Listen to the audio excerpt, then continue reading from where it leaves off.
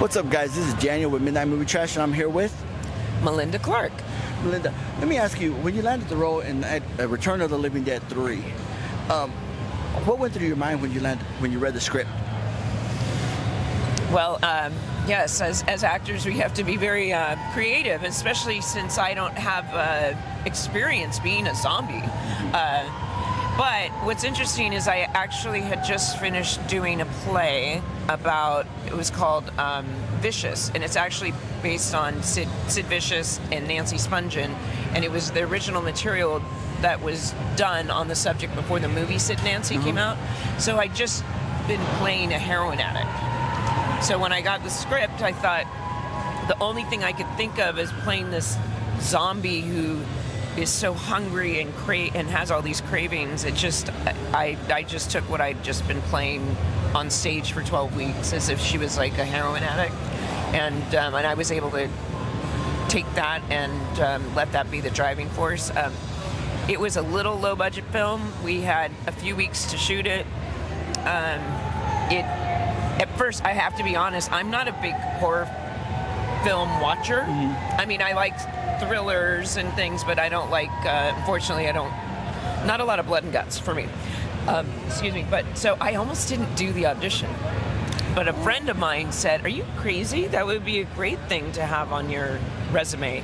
But at the time, the 90s, the early 90s, horror films were not being mass produced by the studios. It was a lot of independent and straight-to-video kind of stuff. So I did the movie, and it kind of just left my mind for a while, and it was a challenging shoot, so I had some negative feelings about it because the makeup took 9 hours, but 32 years later, I guess it's a cult hit. So yeah, and that was going to be my next question. The whole makeup process, that looked like that was something tedious, and you said 9 hours. The first time we did the full Monty, as I call it, it was 9 hours, and then you shoot for 12 hours, and then to get it off was 2 to 3 hours.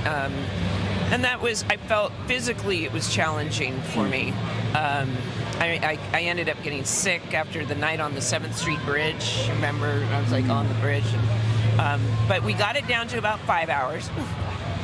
And I didn't wear the full thing every single day, but I still, to this day, Steve Johnson, Bill Corso, just so talented, and they were really respectful, because it's like you're a young woman playing this sexy zombie, and you have to really trust the people that you're, bearing it all to. So.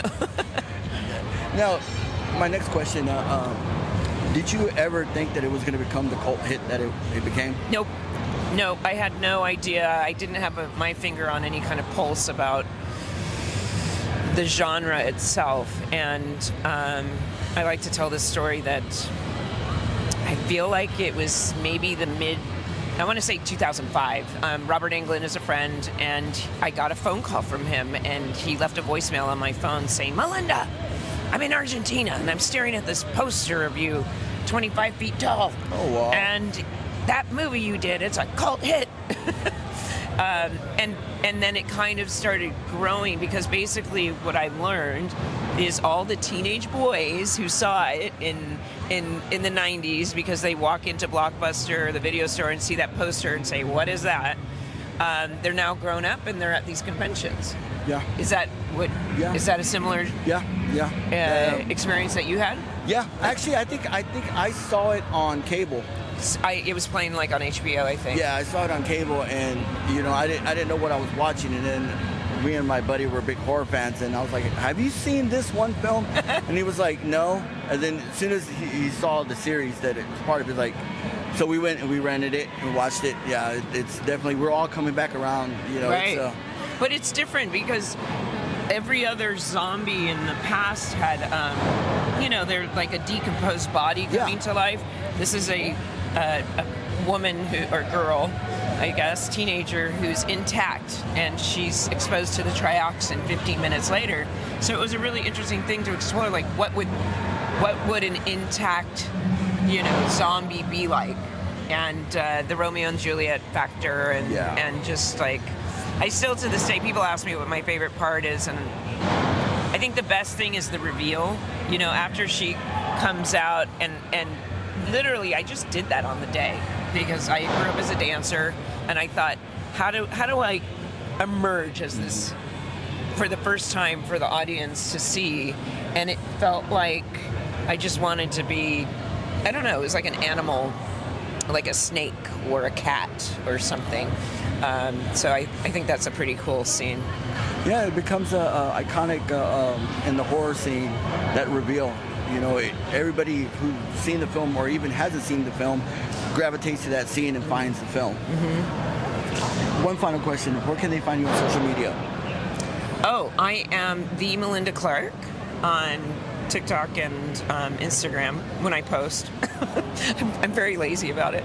But yeah, the Melinda Clarke. Thank you so much. It was an absolute honor talking with you. Thank you so much. This is Daniel with Midnight Movie Trash. See ya.